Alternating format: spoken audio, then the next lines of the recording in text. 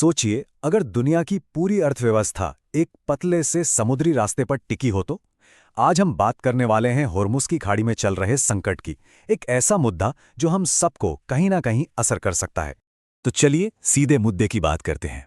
ये जो 30% का आंकड़ा स्क्रीन पर दिख रहा है ना, ये कोई छोटा मोटा नंबर नहीं है। ये है दुनिया के समुद्री तेल व्यापार का वो हिस्सा जो आज दांव पर लगा हुआ है। समझिए, ये हमारी ग्लोबल इकोनॉमी की धड़कन है।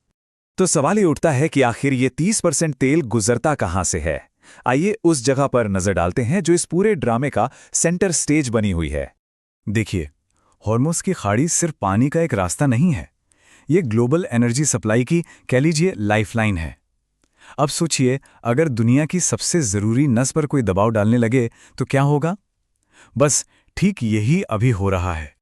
और ये जो आंकड़े हैं ना, ये वाकई हैरान करने वाले हैं। हर रोज मतलब हर सिंगल डे 20 मिलियन बैरल तेल यहां से गुजरता है। और बात सिर्फ तेल की नहीं है, यहां से बहुत बड़ी मात्रा में एलएनजी भी निकलती है। तो फिर इस संकट की चिंगारी भड़की कैसे?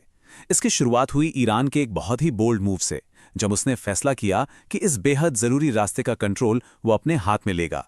ईरान का कहना है कि ये अमेरिकी दबदबे का जवाब है। उन्होंने सिर्फ एक टोल बूथ नहीं लगाया है, बल्कि दुनिया की सबसे जरूरी एनर्जी आर्टरी पर एक तरह से कब्जा कर लिया है। और साफ साफ कह दिया है, यहां से गुजरना है तो कीमत तो चुकानी पड़ेगी। लेकिन क्या यह वाकई में एक हमलावर कदम है? अगर तेहरान के नजरिए से देखें तो उनके लिए यह अपने वजूद को बचाने की लड़ाई है। वो इसे पाबंदियों और मिलिट्री प्रेशर के खिलाफ एक डिफेंसिव मूव की तरह देखते हैं, अपनी संप्रभुता को बचाने के लिए एक जरूरी कदम। पर कहानी यहां खत्म नहीं होती।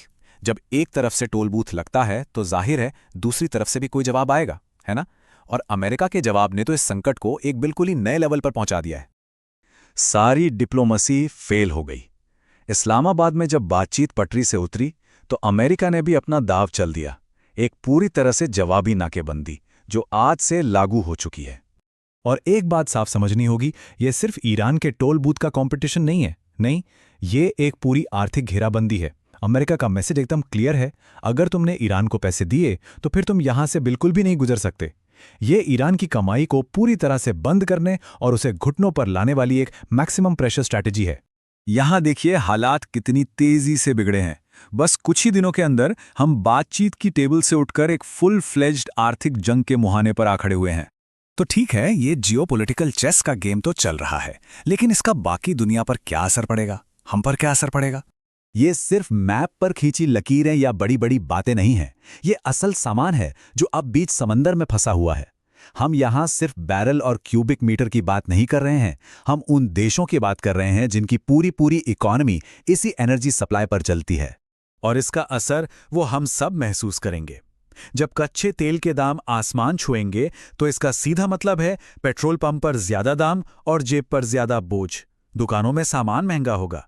ये एक ऐसी ग्लोबल लहर है जो हर किसी तक पहुंचेगी ही पहुंचेगी। और ये सब हमें आज के सबसे बड़े सवाल पर ले आता है। प्रेशर तो बढ़ता जा रहा है, पर अब आगे क्या होगा? मामला अब सिर्फ अमेरिका और ईरान के बीच का नहीं रहा। जब चीन जैसी वर्ल्ड पावर, जो ईरान को हथियार भी दे सकती है, इस खेल में उतरती है तो समझिए कि दांव कितना ज्यादा बढ़ गया है। दोनों ही देश अपनी अपनी बात पर अड़े हुए हैं। दुनिया ने अपनी सांसें थाम रखी हैं। लेकिन असली सवाल तो यह है, क्या कोई भी पीछे हटने को तैयार होगा, या फिर हम सब एक ऐसे मिलिट्री टकराव की तरफ बढ़ रहे हैं जिसमें जीत किसी की नहीं होगी? आखिर में बस इतना याद रखना जरूरी है कि हॉर्मुज़ की खाड़ी में जो कुछ भी होता है वो वहीं तक सीमित नहीं रहता। इसकी लहरें पूरी दुनिया में महसूस की जाएंगी, जो सिर्फ हमारी अर्थव्यवस्था को ही नहीं बल्कि ग्लोबल सिक्योरिटी को भी हिलाकर रख देंगी। ये एक ऐसा संकट है जिस पर हम सबको नजर रखनी ही होगी।